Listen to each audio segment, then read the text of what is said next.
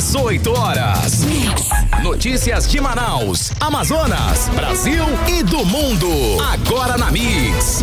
6 horas 4 minutos em Manaus. Boa noite pra você em 100,7. Vamos juntos, 18 horas no ar a partir de agora. Eu hoje Edson Paes na apresentação. Alô, Ken. E aí, Carlão, muito boa noite pra você, meu amigo. Tamo junto até às 7 da noite, Carlão. Aqui no melhor Mix do Brasil. Mix. E é claro, estamos sempre contando com a sua elegante participação, querido ouvinte. Participe conosco do programa 18 horas. Estamos aguardando aí a sua presença, a sua participação até às 7 da noite. É só você acionar o nosso WhatsApp, hein? Combinado? É o 994887592. E para essa conversa ficar mais legal, é claro que precisa da sua participação, né, gente? Sim. Manda sua opinião aqui nos comentários, manda mensagem lá no nosso Instagram, 18 Horas News. Manda foto assistindo aqui o 18 Horas, manda sua opinião sobre o que rola aqui no 18 Horas da Mix. Tamo junto. Mix. Começando 18 horas de hoje com os destaques do dia. BR-319, travessia na ponte do Rio Altaz-Mirim é interrompida e impede a passagem de caminhões na rodovia. Essa é a segunda ponte da BR-319 que tem passagem interrompida em menos de 5 dias, Carlão. Em Manaus, líderes religiosos e gerentes de bancos são presos acusados de aplicar golpes de empréstimos. O Amazonas está de segundo lugar do ranking com o maior número de cidades no vermelho do país, Carlão. Legal, 6:06, você no melhor Mix do Brasil, e nós estamos mais uma vez começando o programa 18 horas com esses e também, é claro, com outros assuntos, os destaques desta terça-feira, 3 de junho de 2025, você confere. Está no ar para você mais uma edição do programa 18 horas. 18 horas. Olha só, e a gente abre o 18 horas de hoje com uma situação que parece até repetida, parece que a gente está dando volta em círculos, repetindo a mesma coisa, mas infelizmente não é. É uma informação atual. A BR-319 está mais uma vez aí, quem ouvintes, interrompida, e dessa vez o bloqueio foi na travessia do Rio Altaz-Mirim.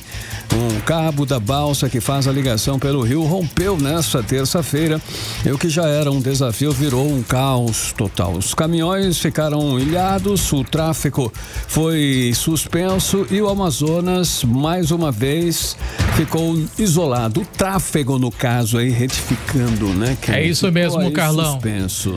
O tráfego já estava suspenso ali naquela região, ali da próxima. Bronca ali, né? Já estava aquela bronca ali sobre o rio Curuçá, agora dessa vez sobre o rio Altaz-Mirim. O cenário é total improviso, Carlão, e também desgaste. A balsa, ela não aguentou a força da correnteza, sem uma estrutura fixa ali naquele local e também sem alternativa segura. Bastou um cabo arrebentar para poder deixar tudo parado, Carlão. E esse trecho, ele afeta principalmente ali o transporte que acontece naquela região entre Manaus e o município de Careiro, aqui no estado do Amazonas. Essa rota, ela tem alto fluxo de caminhões usados para o transporte de cargas enviadas para outros estados daqui do estado do Amazonas, né, Carlão? E possivelmente foi devido a um caminhão com uma carga muito pesada que supostamente teria rompido esse cabo, mas nada foi confirmado ainda, Carlão. Olha só, e essa é a segunda ponte na BR que fica interditada. No último sábado, o acesso provisório da balsa do rio Curuçá, como noticiamos aqui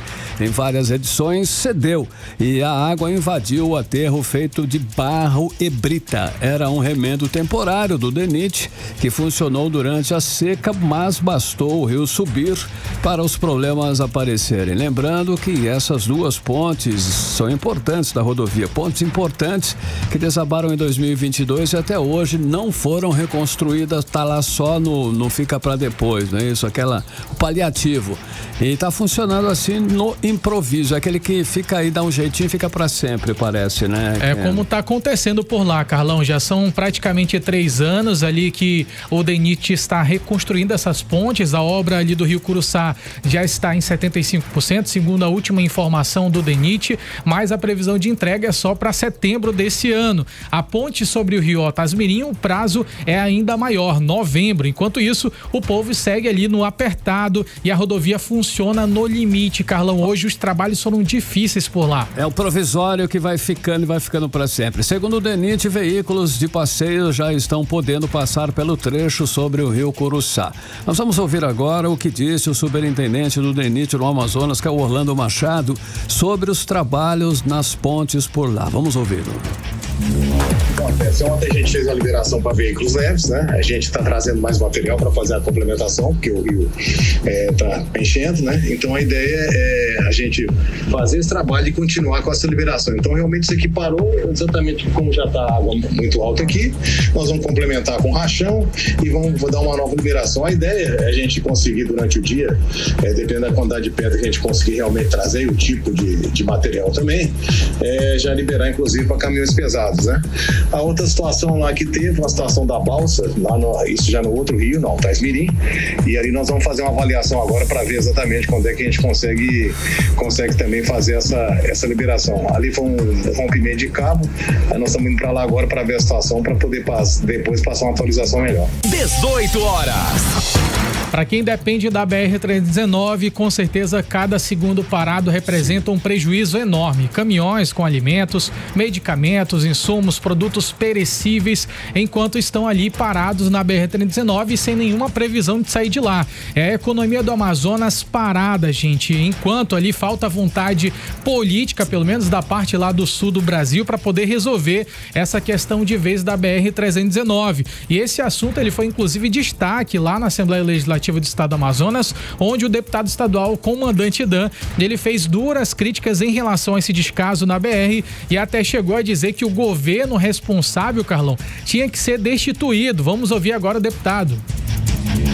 Que nós estamos vivenciando na BR-319 é um verdadeiro descaso para com o povo do estado do Amazonas e uma governança que não prioriza o bem-estar da sociedade. Esta governança deve ser destituída do seu cargo. Então é bem simples assim. Quem está no governo deve adotar as medidas cabíveis para poder resolver os problemas. Nós temos aqui até de maneira bastante proativa, visionária, inclusive dizendo: não vai funcionar, não vai dar certo, o nosso direito será comprometido. E esta coisa continua assim e parece que está tudo bem. 18 horas. Olha só, e ainda durante o discurso, o deputado Comandante Dan falou sobre a possibilidade de construir a ponte de Manacapuru a Barro Alto como uma segunda opção logística. Vamos ouvi-lo novamente. Nós precisamos olhar de maneira visionária para poder enxergar a possibilidade de construirmos a ponte da travessia de Bela Vista, de Manacapuru, até Barro Alto, porque se ela tivesse sido construída como é possível construir, nós inclusive não estaríamos tendo que passar por esta necessidade ou por essa experiência, porque nós teríamos a opção de fazer a travessia sem depender destas balsas que estão enricando algumas pessoas ali há décadas e não há uma solução que possa efetivamente atender o povo do estado do Amazonas. 18 horas. Essa é a situação, do lobby, né? É isso, Carlão. E o fato é que nós estamos isolados sem a BR-319. A gente trouxe aqui ontem, inclusive no 18 horas, que o presidente do Superior Tribunal de Justiça, ele marcou agora para o dia 17 de junho uma audiência para discutir a pavimentação da rodovia. Eles vão estar presentes ali o DENIT, né, o Ministério Público Federal, o IBAMA e o Observatório do Clima e a União. É uma tentativa de chegar, Carlão, num acordo sobre o futuro dessa obra que tanto é importante pra gente aqui. E muito, olha só, o DENIT ele defende que a obra pode trazer desenvolvimento, logística e até proteção para a região. Mas a verdade é uma só, enquanto o debate segue nos tribunais, quem vive na ponta segue parado, sem pontes, sem balsas, que não funcionam realmente e sem alternativa real. A gente volta a perguntamos novamente, vamos continuar perguntando. Até quando o Amazonas vai ficar ilhado, vai ficar nessa situação, vai ficar pires na mão esperando uma obra terminar e uma rodovia funcionar? A pergunta, até quando, hein, Ken? 18 horas. Nós só vamos aproveitar agora e vamos dar um giro pelo trânsito de Manaus. Fala aí, André Meirelles, por onde é que você tá, meu amigo? Conta pra gente. Trânsito. Muito boa noite, Kennedson, boa noite, Carlão, boa noite você que nos acompanha aqui na 100.7. Olha, o trânsito está bastante carregado aqui na Avenida Humberto Calderaro, antiga Paraíba, em quase toda a extensão da via, né? Com fluxo intenso, principalmente nas proximidades da passagem de nível da Avenida Efigênio Salles. Aí nesse trecho o trânsito está disputado, lento e exige paciência redobrada. Outro ponto de congestionamento é o viaduto do Boulevard no sentido Avenida Brasil. A fila de veículos é grande, já começa a se formar desde o início do viaduto, se estendendo aí até a própria Avenida Brasil, hein? Volto com vocês. Legal, valeu, André. Informações aí do trânsito, daqui a pouquinho tem mais 6h14, você no melhor mix do Brasil. Olha só, continue aí em 100,7, nós já começamos às 18 horas, estamos agora aguardando também a sua participação, querido ouvinte. Participe conosco, é o 994887592, é o WhatsApp que está valendo aí a sua presença ao vivo aqui no programa 18 horas. 18 horas. Escuta essa situação, 7 pessoas, entre elas 2 líderes religiosos e 2 gerentes de bancos foram presas, acusadas de aplicarem golpes de empréstimos consignados fraudulentos contra professores da rede estadual de ensino. As identidades suspeitos, Carlão, elas não foram divulgadas. Segundo as investigações, os investigados, eles integravam ali um esquema criminoso muito bem estruturado, que ele consistia no uso de dados pessoais de servidores daqui do estado do Amazonas para poder contratar empréstimos sem consentimento. É tipo aquela situação do INSS, sabe, Carlão? E aí quem está acompanhando esse caso é o repórter André Meirelles, que soube todas as informações e traz os detalhes pra gente agora. André, conta pra gente como é que esses golpes eles aconteciam. Olha, muito boa noite. A casa caiu para um grupo de 7 pessoas, incluindo aí, como vocês falaram, 2 líderes religiosos e 2 gerentes de bancos que foram presos pela Polícia Civil durante a Operação Lousa Negra. Eles são suspeitos de aplicar golpes de empréstimos consignados falsos em cima de professores da rede estadual de ensino aqui do Amazonas. A Polícia Civil, que é responsável pela operação, disse que o esquema era bem armado. Eles pegavam os dados dos servidores e faziam esses empréstimos sem nem avisar. O dinheiro ia direto para a conta dos criminosos e quem ficava com prejuízo era o professor ali cheio de dívida, sem nem saber de onde vinha. O golpe ainda contava com a ajuda de pessoas de dentro do sistema financeiro, além de intermediários religiosos, para dar um jeitinho ali de parecer tudo certinho. O delegado Cícero Túlio, do 1º DIP, ele também falou e conta pra gente os detalhes desse crime. É uma organização criminosa que sempre visa aí a aplicação de golpes em desfavor de professores da rede estadual de educação aqui do estado do Amazonas. Eles agiam cooptando ali, coletando informações em sites de fontes abertas, como o Portal da Transparência e o site do Tribunal de Justiça. Acabavam ali pegando informações de alguns professores, faziam um estudo sobre o perfil financeiro desses professores, quais daquelas vítimas poderiam ali fazer com que eles angariassem mais fundos em relação a empréstimos consignados. Então repassavam essas informações para um núcleo da quadrilha que era especializado em realizar as falsificações desses documentos com base em outros comparsas que pareciam com as vítimas. Então eles cooptavam pessoas para funcionarem como se fossem atores, a fim de cederem as suas imagens para a confecção desses documentos. E essas prisões aconteceram entre os dias 31 de maio e 2 de junho em vários bairros aqui da capital. A identidade dos suspeitos não foi revelada, mas todos já estão à disposição da justiça e, claro, a polícia segue investigando aí para descobrir quem está envolvido e correr atrás desse dinheiro que foi roubado. Volto com vocês. Valeu, André. 6h17, obrigado pelas informações. 18 horas. Olha, você no melhor mix do Brasil, 18 horas no ar, e daqui a pouquinho você confere. Olha só, em Manaus, vereador quer usar o modelo de São Paulo para resolver a Cracolândia do centro da cidade. Detalhes em instantes. Mix. 6h18, um caso com a saúde pública no interior do Amazonas. Olha só, é um descaso na realidade, né? Um caso e um descaso. Uma denúncia grave veio à tona esta semana e envolve o Hospital Municipal Edith Mendes, em Novo Aripuanã, na gestão do prefeito Raimundo Lopes.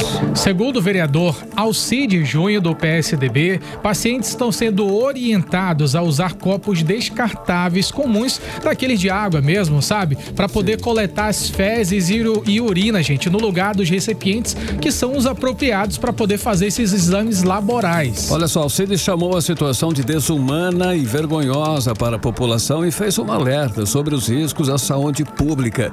Num vídeo nas redes sociais, ele mostrou os copos improvisados com fita que estariam sendo usados no hospital. Vamos ouvir um trecho do que disse o vereador. E aqui, a tristeza que eu trago para vocês é que esse copo, ele serve, presidente, e vocês que nos assistem, povo ariponense, lá no nosso hospital da Dona Edith, hospital municipal hoje, que é por conta de nós, está servindo para fazer coleta de urina e fazer a coleta de fezes. 18 horas. Agora são 6h19. Você é o melhor mix do Brasil. E olha só, as prefeituras brasileiras atingiram o pior cenário da história e contabilizam um déficit total de 33 bilhões de reais no ano de 2024. O Amazonas ocupa aí o segundo lugar no ranking nacional, com mais cidades que estão no vermelho. A maioria dos municípios, Carlão, daqui do Amazonas, ela tem dívida tem mais dívidas do que arrecadação. O levantamento é da Confederação Nacional de Municípios. A repórter Odineia Araújo, ela tem mais detalhes. Odineia, qual que é a situação real do Amazonas, afinal? Conta pra gente. Bom, o que a gente pode falar é que a situação dos municípios do Amazonas não está nada boa. Aliás, tá bem no vermelho e vermelho forte, viu? Segundo o estudo da Confederação Nacional de Municípios, 9 em cada 10 cidades aqui do Amazonas estão gastando mais do que arrecadam.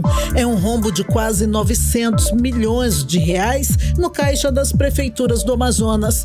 Para você entender, juntas essas prefeituras arrecadaram em 2024 17 bilhões e meio de reais, mas as despesas passaram dos 18 bilhões e 400 milhões de reais.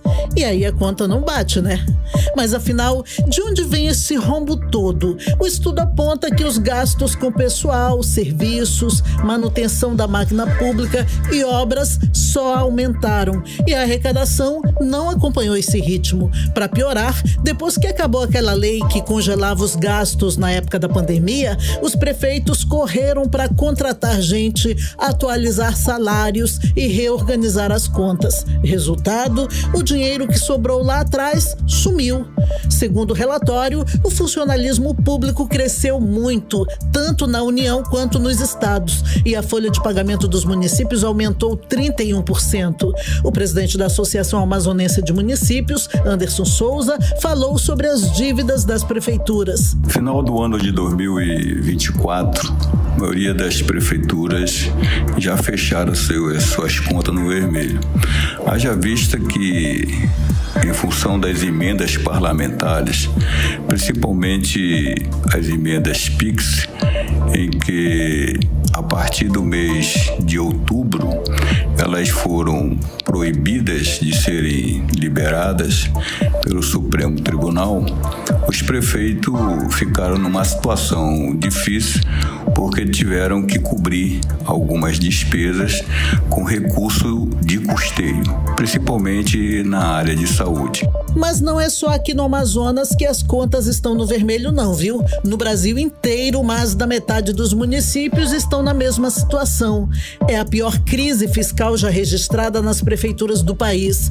O total do buraco, 33 bilhões de reais nas prefeituras brasileiras. Só para você ter ideia, o que os municípios tinham guardado caiu de 112 bilhões de reais para 41 bilhões em apenas um ano. E o número de cidades endividadas explodiu. E quem vai pagar essa conta? Alguma ideia? Volto com vocês. Aí o buraco é bem fundo, hein, Ken? Agora 6h23, você é no melhor mix do Brasil. Você é em 100,7, você tá no melhor mix do Brasil e o programa 18 horas está no ar com você até às 7 da noite. Participe conosco, acione aí o nosso WhatsApp que é o 994887592. Mix. Política.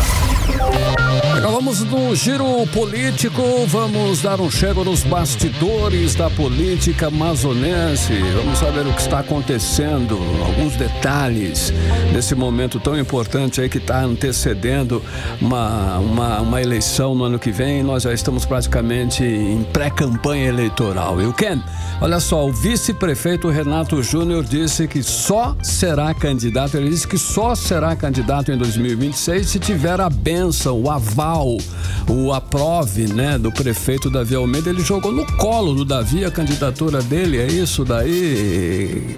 É exatamente isso, Carlão. Olha só, nosso vice-prefeito de Manaus, Renato Júnior, ele de fato ele fez essa declaração para o público de modo geral, Carlão, e pareceu muito assim que, olha, tô mandando pro prefeito aí, agora a responsa tá com o prefeito. A questão é que eu estou à disposição, palavras do Renato Júnior, estou à disposição para trabalhar pelo povo. Então, onde o prefeito de Manaus, Davi Almeida, ele quiser que eu vá, eu vou exercer ali. Federal, estadual, Senado. Onde o prefeito encaixar ele nesse jogo político, governo. Ele disse que vem. E aí, o que ele quis dizer com isso, Carlão? Sim. Já demonstrou a vontade que ele tem, com certeza, de assumir uma cadeira aí efetiva, né, à frente de uma posição, seja ela para deputado estadual, deputado federal, quem sabe senador. Senador. Tem uma outra novidade, Carlão. Qual? Mas eu vou continuar agora em relação ao Renato Júnior, Carlão. Basicamente, Carlão, sobre o Renato Júnior, ele já disse que, de fato, ele está à disposição do prefeito de Manaus e ele quer essa bênção do prefeito Davi Almeida, porque ele disse que caso o prefeito decida qualquer coisa, ele está à disposição. Eu separei um trechinho da entrevista do vice-prefeito ao Sim Não, que é do portal A Crítica, e ele fala exatamente sobre isso. Vamos ouvi-lo. Faço parte de um grupo político capitaneado pelo prefeito Davi. Qualquer que sejam meus sonhos, qualquer que seja político, meu sonho sempre vai ser ajudar as pessoas, porque eu vim de lá. Então, eu sou indignado com a política, então todas as posições que Deus e o prefeito Davi me pôr, eu vou trabalhar em prol da população. Indiferente de qual delas que seja e tal, eu vou dizer com muita sinceridade, depende muito dele. O que ele disser, eu vou acreditar que a mão de Deus sobre a vida dele falando pra mim. 18 horas. É o que ele vai falar agora, que a gente vai ficar no aguardo, né, Ken? O fato é, Carlão, que rolou uma reunião agora no início dessa semana, que ela é uma bomba do bastidor político atual. Mesmo, que já porque, Carlão, porque as peças começaram a se movimentar, Carlão, e a gente tem agora um novo pré-candidato ao Senado, o Senado Federal, Carlão. Já oficial, já foi divulgado pelo próprio prefeito Davi Almeida nas redes sociais. Candidato a e esse candidato, Carlão, é Marcos Rota, Carlão. Essa decisão foi tomada no encontro com o prefeito de Manaus, Davi Almeida. O vice, Renato Júnior, estava lá também. Tava o vice-governador Tadeu de Souza, o vereador Davi Reis, que é o atual presidente da Câmara Municipal de Manaus. E tava lá também nesse encontro o presidente nacional do Avante, o Luiz Tibé, e outras lideranças políticas também, dentre elas ali vereadores da Câmara Municipal de Manaus. E esse anúncio, como já mencionei, ele foi publicado pelo próprio prefeito Davi Almeida e com certeza já sacudiu ali a concorrência ao Senado. Com certeza a galera vai começar a tomar outras decisões ou talvez tentar já começar a se movimentar mais ainda para essa escalada agora do Avante, né, Carlão? Eu diria que essa decisão era muito previsível, viu, Ken Paz? A decisão sobre o Marcos Jota já era algo que era comentado ali nos bastidores. Contadas, era só o momento certo para ser anunciado. Agora, olha só, o presidente da Câmara de Santa Isabel do Rio Negro foi preso por tortura contra o enteado. Que é isso? Que é uma criança de 4 anos. Como um político com esse perfil chega a um cargo de comando sem que ninguém perceba o risco? Como é que um político desse, no caso, né?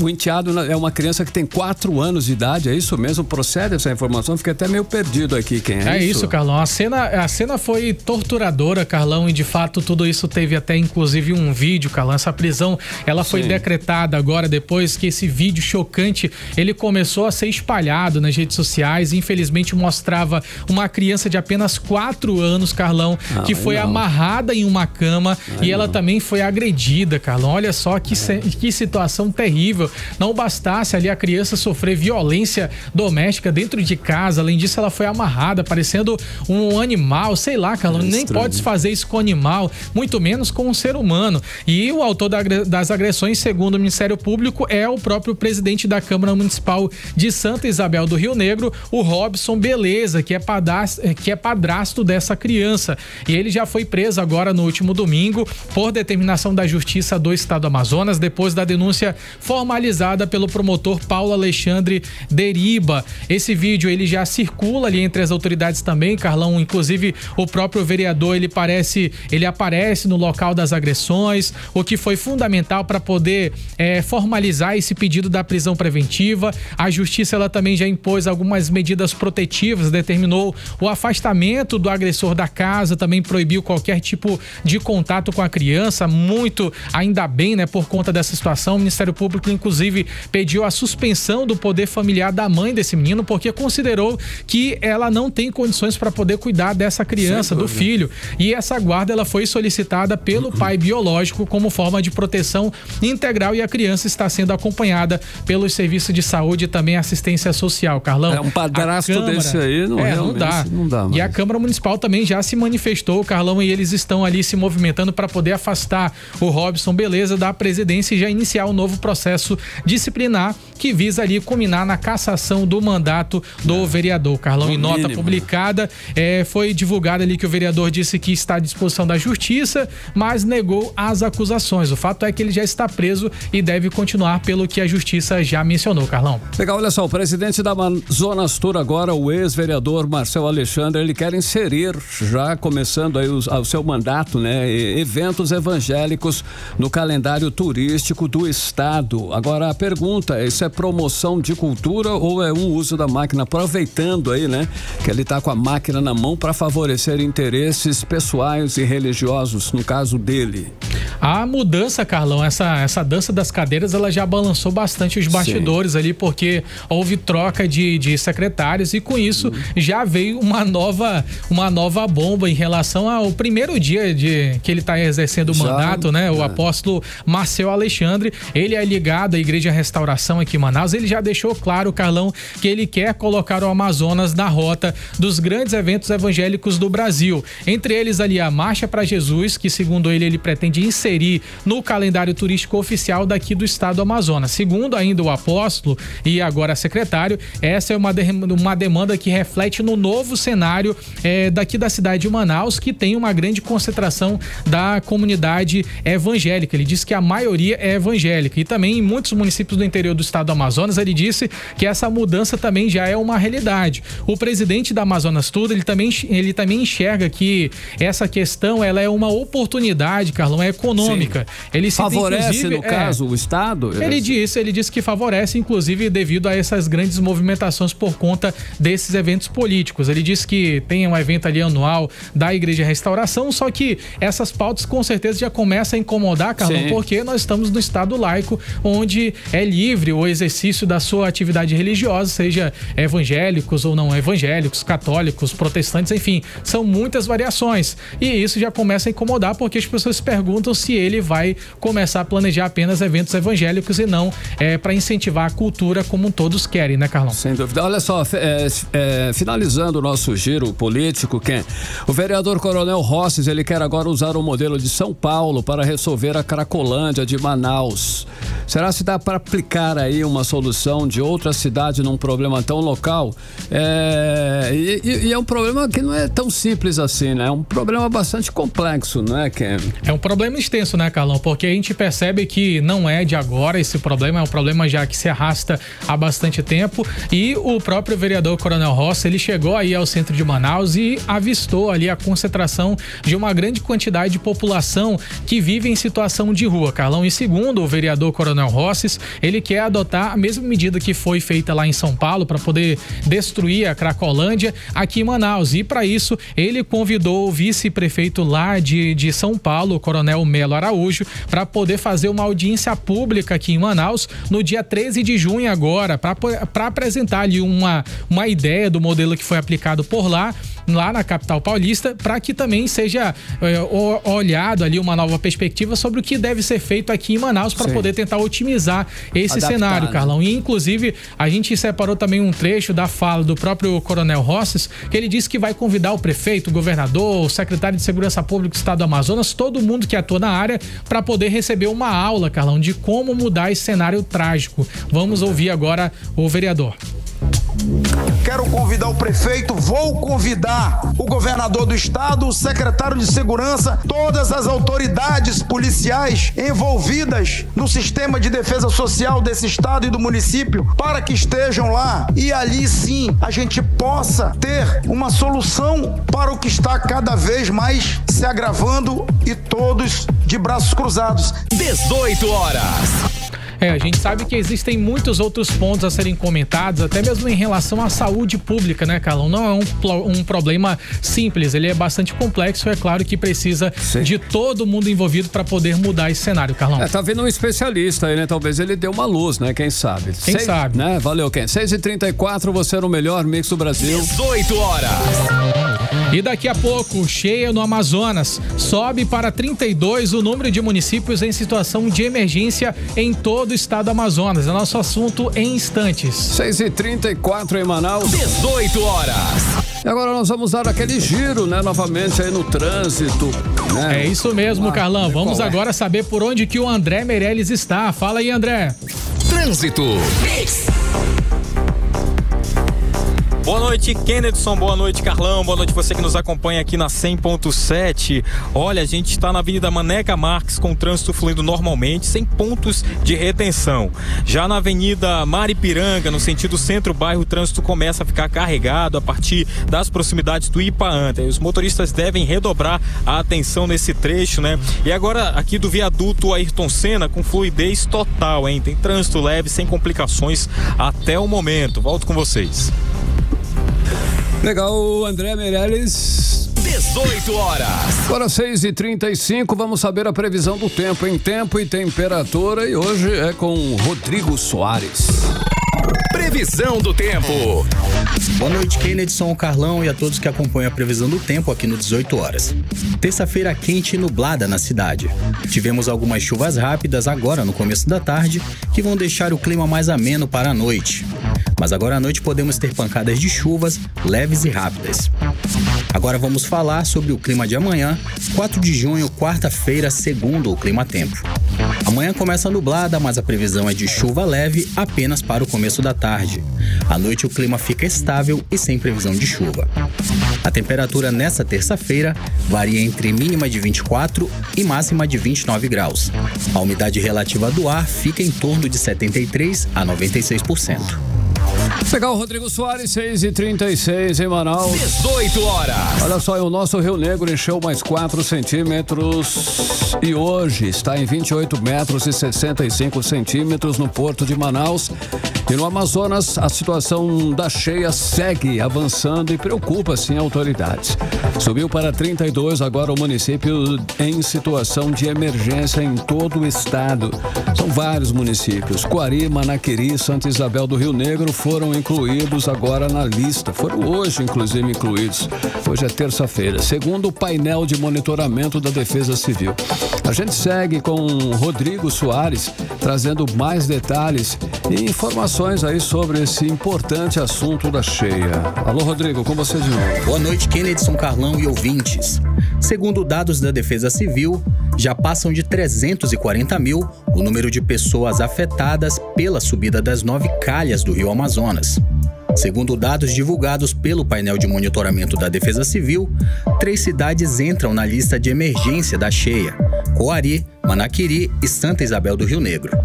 Outras 28 cidades estão em alerta e apenas 2 estão em normalidade em todo o Amazonas. Manaus e Manacapuru já ultrapassaram os níveis de inundação. O governo do estado já enviou 250 toneladas de cestas básicas, caixas d'água, água potável e kits purificadores para os municípios de Apuí, Humaitá, Borba, Boca do Acre e Novo Aripuanã. O acesso fica cada vez mais difícil, pois alguns lugares já estão inundados, como Beruri e Itacoatiara, onde o nível do rio já passou a cota de inundação severa. A cheia do Rio Negro em Manaus deve atingir sua maior faixa em 2 semanas, mas não há previsão que ela ultrapasse o recorde histórico de 2021. Volto com vocês, Kennedson e Carlão. Legal, Rodrigo Soares, agora 6h38 em Manaus. 18 horas. Olha só, e nesse fim de semana, 8 bandidos armados invadiram o canteiro de obras, renderam o vigilante e levaram material da UBS em construção no Monte das Oliveiras. O prejuízo foi de mais de R$500 milhão, mas a prefeitura já conseguiu reaver parte do material roubado, Ken. Boa notícia, né, Carlão? Segundo o prefeito de Manaus, Davi Almeida, a recuperação foi possível graças a denúncias feitas pelo número 153, Carlão. Parte da quadrilha, ela já foi identificada. Inclusive, o prefeito, ele usou as redes sociais para poder agradecer a população de modo geral, Carlão, pelo apoio. A gente vai ouvir agora o que ele disse. Boas notícias. Eu queria agradecer à população da cidade de Manaus que entendeu a necessidade de denunciar e nos ajudou, nos trazendo informações sobre aqueles bandidos, aqueles vagabundos que invadiram e roubaram, assaltaram a nossa UBS, rendendo o nosso vigilante.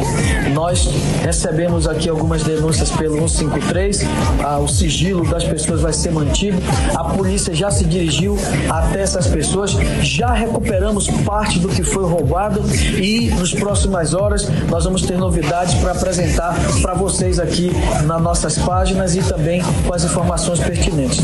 Muito obrigado a vocês que estão colaborando. 18 horas.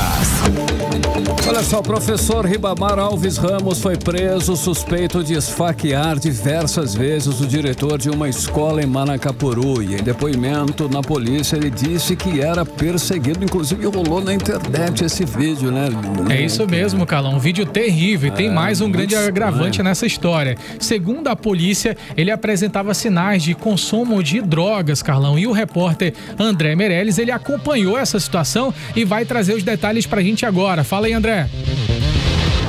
E olha, a polícia do município contou os detalhes e revelou que o professor Ribamar Alves Ramos, de 36 anos, ele entrou na cozinha da escola, pegou uma faca e foi direto para a sala da secretaria, onde o diretor estava sozinho. Nisso, as câmeras de segurança registraram o momento em que ele invade a sala e começa a desferir vários golpes contra o diretor, que só não morreu porque outras pessoas entraram ali e conseguiram conter o ataque. Ainda segundo a polícia, Ribamar aparentemente estava com sinais de que tinha usado drogas e disse que cometeu o crime porque estava sendo perseguido pelo gestor. Ele dava aulas de biologia no ensino médio e tinha sido contratado em fevereiro. O diretor foi socorrido e levado ao Hospital Geral de Manacapuru. Ele passou por atendimento médico, levou pontos, foi avaliado pela equipe médica e recebeu alta. A Secretaria de Educação disse que está acompanhando o caso de perto e prestando todo o apoio necessário. Já o professor ele foi preso e deve responder pelo crime de tentativa de homicídio, vai passar por audiência de custódia e vai ficar à disposição da justiça, né? A gente sabe que esse é um caso aí chocante, né? Que mostra como a violência pode atingir qualquer ambiente, até mesmo uma escola pública, né? Que deveria ser um lugar aí de paz e aprendizado, não é verdade? Volto com vocês. Com certeza, o professor ele chegou agredido mesmo, foram várias facadas, foi uma situação realmente complicada para o diretor. Agora 6h41, parece que tem uma situação também complicada no trânsito em Manaus, não é isso, Ken? É isso, Carlão. Vamos agora ao vivo com o André Meirelles para ele contar mais detalhes pra gente. Fala aí, André. Trânsito. Olha, Kennedson, Carlão, boa noite mais uma vez. Você que nos acompanha aqui na 100.7 para ficar bem informado.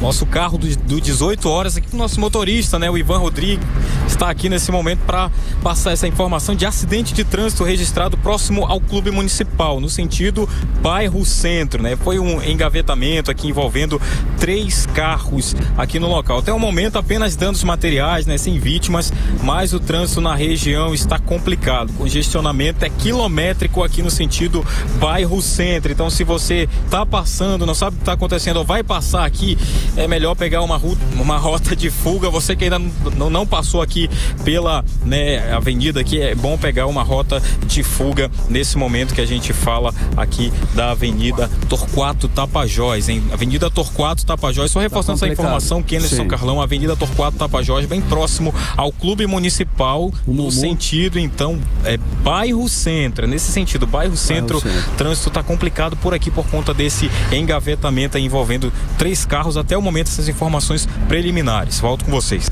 Legal, André Meirelles, obrigado pelas informações. Agora 6h43. 18 horas. Olha só, a terceira edição do Mutirão no Bairro foi lançada nesta terça-feira com ações de recuperação asfáltica, drenagem, limpeza e atendimento social. Dessa vez, o bairro beneficiado, olha só, em a Colônia Antônio Aleixo. Alô, Colônia Antônio Aleixo, que fica na Zona Leste, que agora recebe aí os esforços conjuntos de 8 secretarias municipais. O prefeito Davi Almeida, junto com o vice, o Renato Júnior, estiveram presentes no lançamento das ações. E quem acompanhou tudo de perto foi o André Meirelles, que está girando, hein? Valeu, André, que traz agora os detalhes pra gente. Vamos lá. Olha, muito boa noite. As equipes de diversas secretarias estão nas ruas com força total aí levando o mutirão nos bairros. Tem asfalto novo, limpeza geral, drenagem e também atendimento social para quem mais precisa. A turma técnica mapeou as vias mais críticas e os serviços estão sendo levados direto para lá. É o que enfatiza o prefeito de Manaus, Davi Almeida. As obras, elas mudam a vida da cidade, a cara da cidade. Mas as pequenas obras, elas mudam a vida das pessoas. Você, morador da Colônia Antônio Aleixo, todas as comunidades aqui no entorno, coloque o seu lixo, limpe o seu quintal, coloque o seu lixo para a rua. Nós vamos estar aí fazendo, vamos recolher o seu lixo, vamos fazer aqui iluminação pública, vamos fazer poda de árvores, vamos fazer a recuperação de 20 ruas das 106 ruas do bairro. Nós vamos estar aqui fazendo sinalização viária, tanto vertical quanto horizontal. Vamos ofertar emprego através do Cine aqui na Colônia Antônio Aleixo e ainda assim, ainda essa semana, nós vamos estar iniciando a reforma de 2 complexos esportivos, 2 campos de futebol aqui da Colônia Antônio Aleixo. Portanto, essas pequenas obras, elas mudam a vida das pessoas. Olha, o vice-prefeito Renato Júnior, que também é secretário da CEMIF, destacou essas ações que estão rolando direto nas ruas. Que o bairro é distante do centro da cidade de Manaus, mas não distante da gestão. Por isso que a gestão veio até aqui. Nós temos aqui a oferta de emprego através do Cine, capitaneado pelo Alonso da CETEP. Temos também a limpeza pública, capitaneada pelo secretário Sabarrejo. Não somente a limpeza pública, varrição, poda, mas também a equipe de conscientização. Nova geração não descarte lixo em local indevido. Teremos aqui o tapa-buraco, a requalificação viária, sinalização horizontal e vertical, a mesma sinalização que recebe as grandes avenidas, a mesma sinalização está sendo colocada aqui no bairro da Colônia. Essa é a determinação do prefeito Davi. Uma gestão que o povo vai fazer da rua, da comunidade, o seu gabinete. E é isso que o prefeito tem feito. Olha, o Mutirão dos Bairros começou no Alvorada no dia 27 de maio e chegou no bairro Mutirão no dia 30. Essa ação ela envolve 8 secretarias e está levando infraestrutura, serviços sociais e muita limpeza para dentro das comunidades. Boa. Volto com vocês. Realmente, pequenas obras faz a diferença mesmo e pequenos detalhes também ajudam muito. Agora 6h46, você no melhor mix do Brasil. 18 horas. Olha só, a Câmara dos Deputados apertou o cerco contra quem provoca incêndio na natureza. E atenção, as penas vão aumentar e a punição não será só no bolso não, Ken. É isso, Carlão. Além de cadeia, os infratores vão ficar fora dos contratos públicos por pelo menos 5 anos, Carlão. Sim. Mas o que muda na prática? Quem traz esses detalhes pra gente é a repórter Odineia Araújo. Então, Odineia, será que essas mudanças vão coibir os crimes ambientais ou não? É o que a gente espera, né? Pelo menos a situação ficou séria para quem insiste em colocar fogo na floresta. Como vocês falaram, a Câmara dos Deputados aprovou um projeto que aumenta a pena para esse tipo de crime. Se antes a punição ia de 2 a 4 anos de cadeia, agora passa para 3 a 6 anos, mais multa e o detalhe, quem for condenado também fica proibido de fechar contrato com o governo por 5 anos. É o que explica o mestre em Direito Ambiental e integrante da Comissão de Meio Ambiente da OAB Amazonas, Tiago Flores. Além disso, o projeto de lei, ele prevê uma série de situações que podem agravar a pena dos infratores, como, por exemplo, causar danos à saúde pública, causar a mortandade de espécimes raras da fauna, ou então a contaminação do ar em áreas urbanas e outras circunstâncias que podem agravar a pena do infrator. Então, esse projeto, ele representa um ganho, principalmente para as cidades amazônicas, onde nós enfrentamos ainda, especialmente no período do verão, problemas graves de comprometimento do ar em função dos incêndios florestais. E tem mais. Se infelizmente alguém morrer por causa disso, a punição pode até dobrar. O deputado que relatou o projeto, Patrus Ananias, ressaltou que muitos desses incêndios são provocados por quadrilhas que exploram ilegalmente a natureza, com grilagem, extração de madeira, mineração clandestina e até tráfico de animais. O advogado Tiago Flores, mestre em Direito Ambiental, ressalta que o agravamento de pena proposta pelo projeto de lei representa um ganho importante no combate aos incêndios florestais, mas a ação não pode ser considerada de forma isolada. É preciso investir em fiscalização, na instalação de postos de fiscalização em locais estratégicos e descentralizados. É preciso investir em tecnologia com a melhoria dos instrumentos de monitoramento e detecção de incêndios florestais. É preciso investir também na conscientização daqueles que desejam manejar o solo para fazer pasto, para fazer atividades relacionadas à agricultura. É preciso investir em educação ambiental nas comunidades, nas cidades, para que as pessoas sejam sensibilizadas dos riscos e dos problemas atrelados aos incêndios florestais. E uma coisa importante, a nova lei não vale para queimadas controladas, que são aquelas autorizadas pelos órgãos ambientais, usadas para manejo e para preservação. Agora o projeto segue para o Senado e a gente segue de olho. Volto com vocês. Legal, Odinei Araújo. 18 horas. Agora vamos para o Festival Folclórico de Parintins, em quem ouvintes, inclusive... Ilha da Magia, Carlão. Ilha da Magia. Faltam pouquíssimos dias aí para o maior espetáculo a céu aberto da Amazônia, lá na Ilha da Magia, que nem falou quem aí. Atenção, papai, atenção, mamãe, fique ligado você, porque foi determinado que crianças menores de 10 anos não poderão acessar as arquibancadas das galeras, ok? Mesmo acompanhadas dos responsáveis, não vão poder estar presentes ali no povão, na muvuca. É isso mesmo, Carlão. E o objetivo da portaria é segurança em primeiro lugar, Carlão. Nas galerias ali só podem ficar crianças a partir dos 10 anos completos, Carlão. Certo. Já nas áreas de ingresso com camarotes, no caso, arquibancadas especiais e cadeiras, as crianças a partir de 6 anos elas podem entrar, mas tem que estar, é claro, acompanhadas aí com os responsáveis e também devidamente identificadas.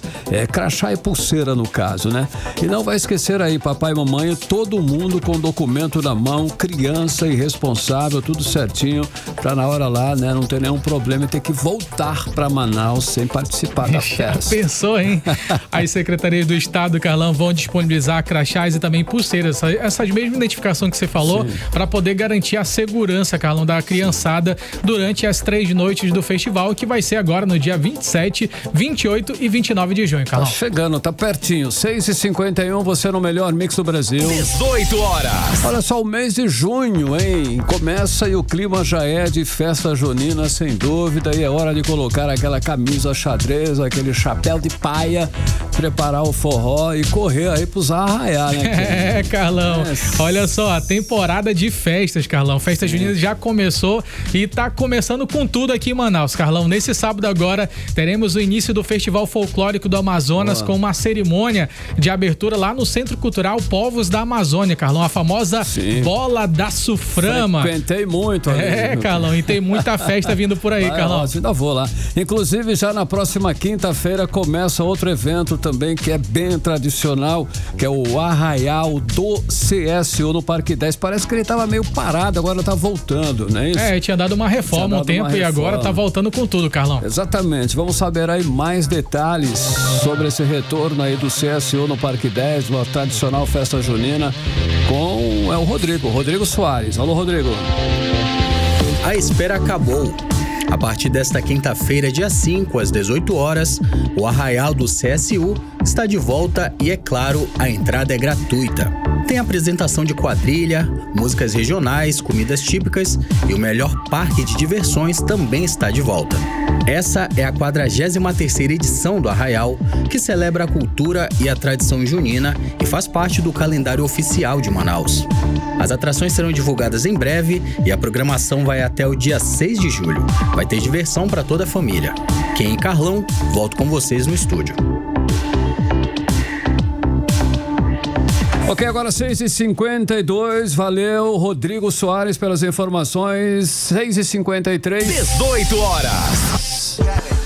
Olha só, então uma triste notícia, né? O servidor público Raimundo Nonato Pereira, que é conhecido como Seu Nonato, grande amigo, morreu em Manaus nessa terça-feira aos 89 anos. Seu Nonato era o funcionário mais antigo do Teatro Amazonas.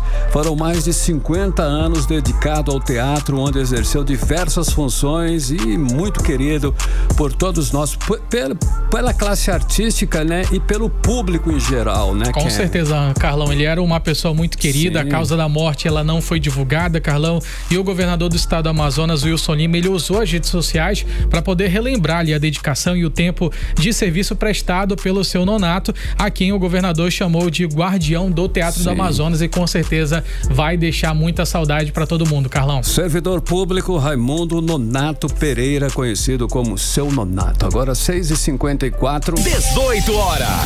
Olha só, o Pachuca do México quer fazer história, hein, Ken? 18 horas. Esporte. É, o nosso giro esportivo. Ele quer fazer história no Mundial de Clubes da FIFA em 2025 e ele tá de olho em ninguém menos que Neymar Júnior. Olha, vai fazer história mesmo. O Casagrande falou que ele não tinha lugar em time nenhum. Olha tá aí, o Pachuca. Tá indo pro México. Segundo o jornal Marca, o craque brasileiro está na mira da diretoria mexicana como reforço pontual. Era competição internacional. Imagina aí o menino Ney, querido ouvinte, desfilando habilidade ou não, né? Com a camisa do Pachuca, eu acho que ele vai querer ir pra seleção ainda, então ele vai fazer graça lá, viu, Ken? Então, Carlão, no Santos ele tá tentando, né? Existe muita crítica em relação ao menino Ney, Carlão, que não é mais menino Ney, já é adulto Ney, mas quando ele pega na bola, principalmente ali na entrada da grande área, Carlão, ele consegue apresentar bons lances, mas não é só o atacante, né, Carlão? Tem que ter todo um time para poder dar o suporte. E sem dúvidas, a gente tá falando dele uma suposição, né? Se ele fosse pro Pachuca, pelo menos muito patrocínio e publicidade o time teria, com certeza, Carlão. E olha só, Carlão, no gramado também quem tá brilhando é a seleção brasileira feminina, Carlão. Ela fez ali a parte dela, ela vai ter agora um amistoso que foi realizado lá em Bragança Paulista, Carlão. O resultado contra o Japão foi de 2-1, Carlão. A Seiki Kiko, ela abriu o placar para a seleção japonesa, mas ali a virada veio com gol contra, e aí o outro da atacante brasileira Johnson, do Corinthians, que marcou logo em sua estreia com a amarelinha, Carlão. Certo, e a contagem regressiva terminou. Olha só aí, hein, querido Ken, ouvintes, Carlo Ancelotti finalmente vai fazer sua estreia como técnico da seleção brasileira. O primeiro desafio é já quinta-feira, agora dia 5, depois de amanhã, contra o Equador, fora de casa pelas eliminatórias da Copa, e a dúvida que tá no ar: quem vai ser o novo capitão do Brasil? Casemiro, com certeza, Carlão. Também acho. Bora lá. A disputa também está entre ali... Eu acredito que é o Casemiro, Carlinhos, mas está entre o Marquinhos, que ele também Pode já ser, é um bom capitão dali do PSG, é o atual dono dessa braçadeira por lá. Tem o Casemiro, que está fazendo muita história, e o Ancelotti, ele tem aí essas possibilidades para poder avaliar, até porque o Casemiro já foi capitão na gestão de Carlos Ancelotti no Real Madrid, né, Carlão? Então acho que ele tem essa confiança mais próxima. Olha só, vamos lá para a Série B do campeonato. A Chapecoense deu show e lavou a alma depois de derrota pro Avaí, no caso, né? Meteu um sonoro 4-0 no Amazonas, na Arena Condá. Gols de Mailton, Rafael Cavaleira, Walter Clare e Ítalo garantiram a vitória na 11ª rodada e aproximaram a Chape do G4. A Chapecoense deu um show e lavou a alma. É isso, Carlão. Já o Amazonas, infelizmente, ele está nessa fase de alerta ligado, com 7 pontos na 17ª posição. A equipe, ela pode cair ainda mais, Carlão, na tabela com o encerramento dessa rodada, Carlão. 6h57, vamos ver se dá um tempo para falar com o André no trânsito. Bora lá, bora ver. Fala aí, André Meirelles, por onde é que você anda? Trânsito. Carlão. Muito boa noite mais uma vez. A gente tem também informações do Centro de Cooperação da cidade, a Zona Norte, Avenida Alameda Alphaville, no sentido Avenida das Torres, trânsito excelente fluidez. Na Zona Leste, Avenida Cosme Ferreira, com a Rua Francisco Bambolê, trânsito por lá sem retenção, com boa fluidez na via também. Já na Avenida Altasmirim, com a Rua Penetração 2, mesmo nesse horário, 18 horas e 58 minutos, trânsito ainda com muitos veículos no local, tá carregado, hein, Kennedson e Carlão? Tá pesado, então valeu, ficamos assim, valeu. André Meirelles, agora 6h58, você no melhor mix do Brasil. 18 horas. A Operação Ágata, Carlão, da Amazônia, sim, agora nesse ano de 2025, já causou um prejuízo bilionário, Carlão. Na realidade, milionário é o crime organizado na região da Amazônia. Esse balanço ele foi divulgado hoje pelo Comando Militar da Amazônia e sob a coordenação do Ministério da Defesa, Carlão, e também com a atuação integrada das Forças Armadas, ali os órgãos governamentais. A operação resultou na neutralização, segundo o Comando Militar da Amazônia, de dragas do garimpo ilegal, prisões, apreensões de embarcações e também na retirada de grandes quantidades de drogas de circulação. E um dos principais destaques foi a apreensão de maconha na região do Rio Negro e também ali em São Gabriel da Cachoeira, onde a draga estava escondida em uma mata fechada, Carlão. Ela estava pronta para ser transportada. Sim. Oi, Carlão. Sim. Ela estava pronta para ser transportada e também uma outra ação de impacto que ocorreu foi lá no porto de Benjamin Constant, Carlão, onde foi apreendida ali uma grande quantidade de drogas que estava escondida embaixo ali do assoalho da embarcação, próximo à terra indígena Vale do Javari, Carlão. 6h59 em Manaus. 18 horas. Seguimos agora direto para o editorial 18 horas. Editorial 18 horas. Olha, a Câmara dos Deputados aprovou um projeto que aumenta para até 6 anos a reclusão, a punição para quem provocar incêndio em florestas. A proposta, que ainda deve ser aprovada no Senado, também proíbe o infrator de contratar com o poder público pelo prazo de 5 anos após o trânsito em julgado da sentença. Próximo ao início do período de vazante da chamada seca dos rios na Amazônia, a aprovação do projeto deveria ser prioridade no Senado. Uma pesquisa divulgada nesta semana aponta que os manauaras consideram a poluição do ar, queimadas e desmatamento como os principais problemas ambientais que mais afetam a cidade. Isso mostra que os cidadãos e cidadãs de Manaus não esqueceram os momentos terríveis em que a cidade foi tomada pela fumaça das queimadas. A proposta aprovada pela Câmara determina o agravamento se o crime de tocar fogo nas florestas colocar em perigo a população em centros urbanos. As queimadas criminosas são facilitadas pela falta de punições mais eficazes e representam um desafio que precisa sim ser enfrentado pela sociedade. E nunca é demais lembrar que muitos incêndios florestais são causados por grupos criminosos e que esse tipo de crime compromete o desenvolvimento econômico sustentável, intensifica a desigualdade social e afeta, é claro, diretamente a saúde pública. 18 horas. 7 em ponto, Ken. É isso, Carlão. Muito boa noite pra você que acompanha a gente aqui no 18 horas. Boa e não noite. Esqueça de curtir e seguir a nossa página nas redes sociais, lá no Instagram, 18 horas News. Sempre tem vídeo novo, sempre tem informação nova também pra você. Chega no Instagram. Lá. Segue a gente. Você ouviu 18 horas. As notícias do Brasil e do mundo. De volta amanhã.